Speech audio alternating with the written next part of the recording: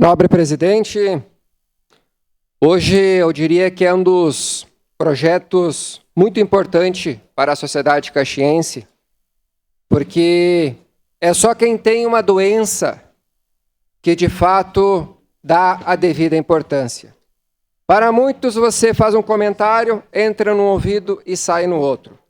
Mas é só quem sente na pele sabe o devido valor. Então o projeto referente a pessoas portadores de fibromialgia, ele é gratificante. Por quê? Diante do projeto de lei 140/2023, que visa priorizar o atendimento de pessoas portadoras de fibromialgia, voto sim favorável ao projeto, pois a fibromialgia é uma doença crônica que causa intensas dores e transtornos aos pacientes. Sabemos que algumas situações provocam piora das dores e em quem tem fibromialgia. Alguns exemplos são excesso de esforços físicos, estresse emocional, algumas infecções, exposição ao frio.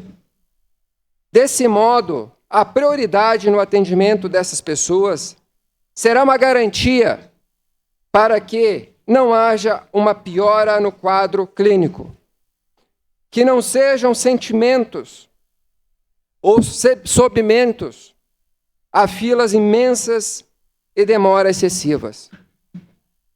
Por ser um defensor da saúde, sempre votarei favorável à aprovação de projetos que visem a melhora no atendimento.